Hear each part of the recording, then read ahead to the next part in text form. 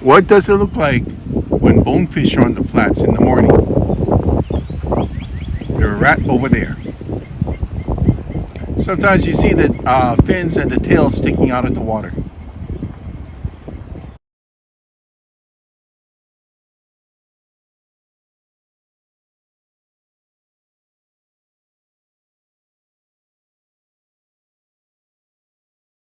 Here on location, going to try out this travel rod by Okuma. This is what is known as a spin casting rod, but where I'm from is known as a whipping rod because you're going to be whipping with it. If it's going to be jigs, if it's going to be laid egg with a grub on it, you're going to be whipping with this. So this is a SST. SST stands for Salmon, Trout, and Steelhead. Okay, this is the SST-S-1064. Yeah, 1064. Okay, this is once you put this together, it's a pretty sturdy rod. I'm actually kind of impressed with it. It's rated for 8 to 17 pound test line, 3/4 up to 3/4 ounces, but 3/8 to 3/4 ounces is the rating for it. 11 plus 1. So what does it mean? You get 11 guides plus the tip. As you can see here, well padded on the top and on the inside. So if you want to go plane, trains, and automobiles, good rod for it. So I always start from the smallest one, put it and start going up from there.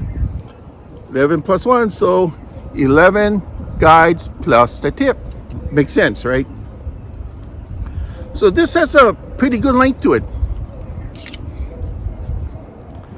The product sections, which means how many sections there are, is 4. So there's 3 of these that form this, and 1 for the butt section. And you notice how it's not colored white. It's kind of like a orangey yellow color. That's because I used epoxy nail polish to protect the coat on this so it will repel water.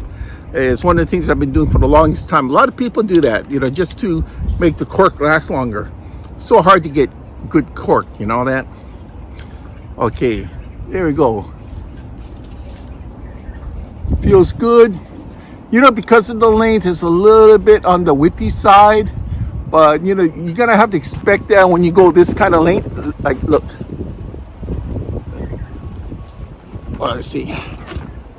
See that?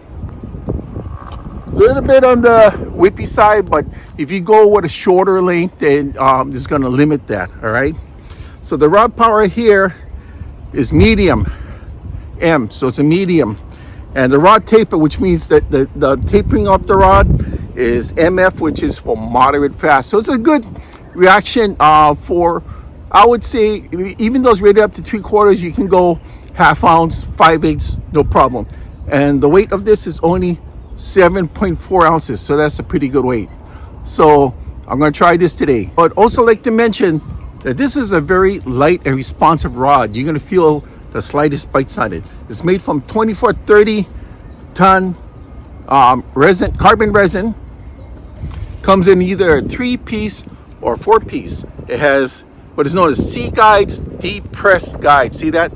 These are the guides itself is called C guides, and it has zirconium in the inside. So this way, with these zirconium inserts, it will resist the braid cutting in. But this is made for both braid as well as any other type of line, from mono to fluorocarbon. And here it is. Here's your hook keeper here. See that? So you can keep your hook over here. Won't dangle around.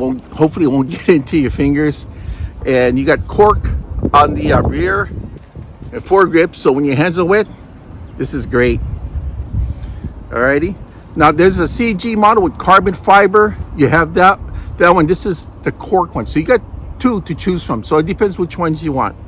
Okay, as you know, oh, I dropped it. Hold on. This comes with the protective travel case. That's what makes this a great case. Great combo, because it comes with the case. All right, and it's also 1 year limited warranty, which means is that anything happens in that 1 year that is the natural wear down of the rod itself, you're covered, but you're gonna have to pay for the shipping. Okay, for my whipping rig, I just tied on direct 10-pound braid to my swivel, ball bearing swivel. I'm going to use a tracer shot by Mustad. This one here is 3/4 of an ounce, 20 grams. As you can see here, it's been bitten quite a few times already, so it has some good mana. We'll give it a try. We got a big hit there. Look at that. Look at that. Look at a hit there. Well, it was a blazing hit when it first hit. Now it's coming in.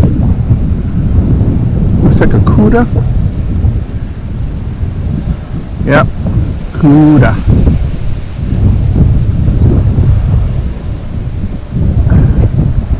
Normally you don't want to do this, but it's a small Cuda.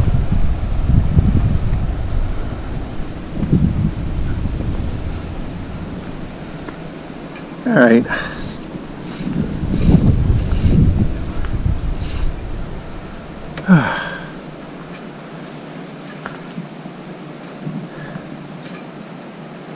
Well, at least it was a hit. They just love those tracer jigs, tell you.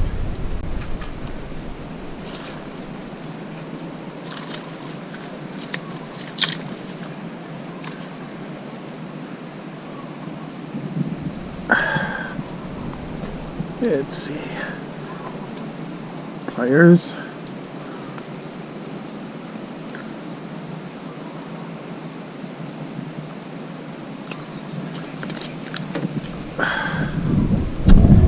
Yeah. Where's my longer ones? Oh well. Just go with the short ones. Just gotta be careful. I'm just losing tassels.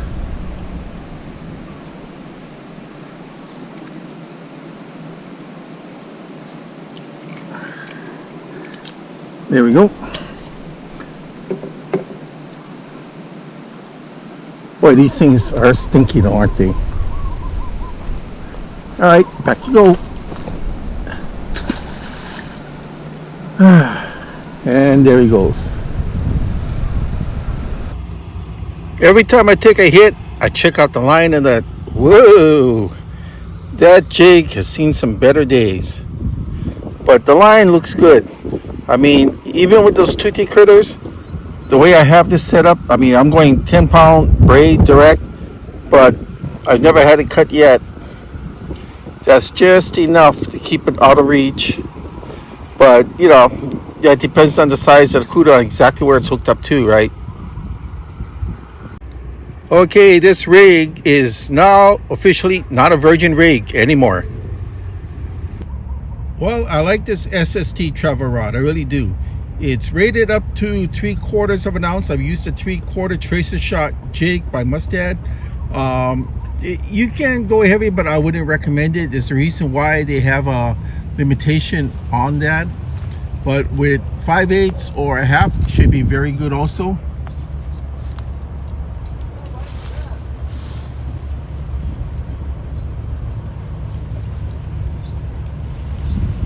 Stop raining for now.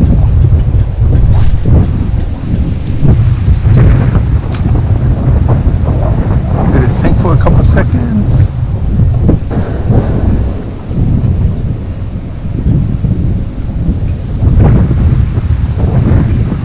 I'm used to a 9.5. This rod is 10.5. So I have to choke up a little bit more when I cast it to be a little bit more accurate.